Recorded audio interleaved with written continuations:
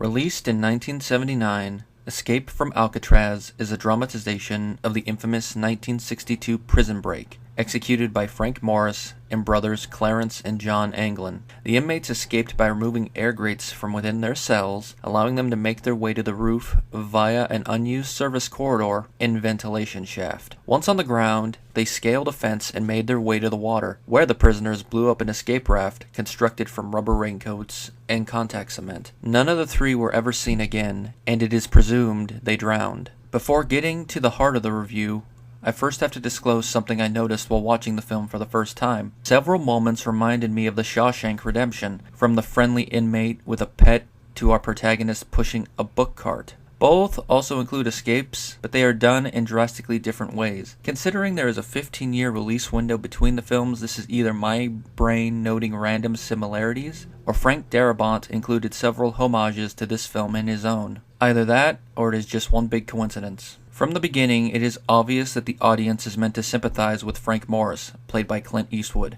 His past isn't touched on much, other than he has spent time in other prisons and that this played a part in his current placement on the rock. Despite this, both director Don Siegel and Eastwood do a good job of making the audience sympathize with this career criminal, particularly with what he has to put up with inside the rock. An inmate who wants salad, extreme punishments for self-defense, and a no-nonsense warden bent on preserving the rock's no-escape record.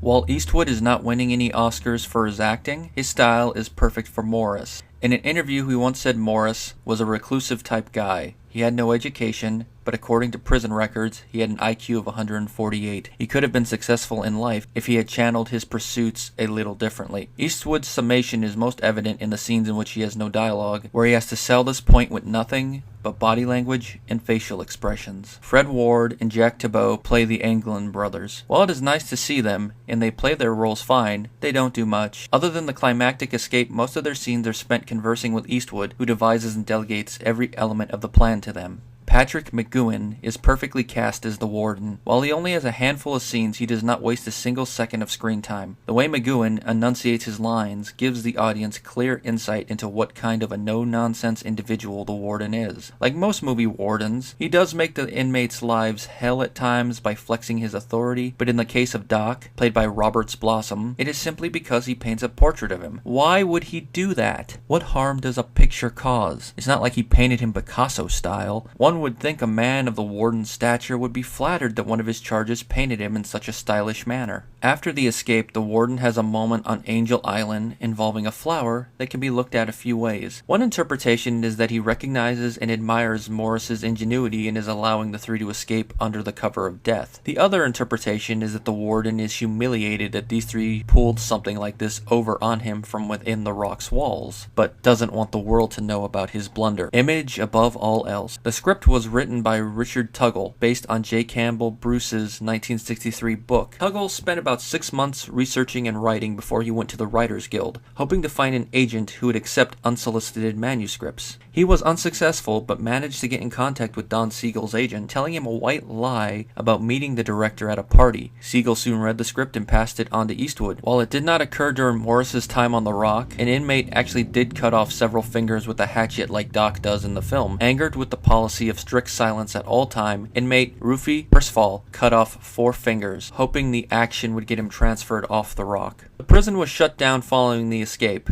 Part of the justification was the damage saltwater saturation had done to the buildings, while the other part was cost. Cost $10 a day to house an inmate, while other prisons cost about $3. After closing, the prison became a tourist destination, and it remained open during filming. It became such a distraction that a majority of the filming was moved to night shoots. Larry Hankin's character Charley Butts is based on prisoner Alan West, an accomplice of Morris and the Anglin brothers. While his film counterpart developed cold feet at the last minute, West was unable to get through his vent the night of the escape. He subsequently told the FBI details in the aftermath. In the early 2000s, the Discovery Channel show Mythbusters proved that the homemade raft escape was theoretically possible. Recreating the raft with materials the inmates had access to in the 60s, Adam, Jamie, and a random crew member successfully traversed the cold waters of San Francisco Bay. landing on the Marin headlands instead of Angel Island. The reasoning was that it would have been smarter to use the currents instead of fighting them. While not an indisputable classic and overly dramatized at points, Escape from Alcatraz is well made and shows that the filmmakers handled the subject matter seriously. It gets the audience to dwell and think about what life is like for inmates on the inside, an issue that people still argue back and forth about, without coming off as unnecessarily pretentious. It also makes one wonder what exactly happened to the three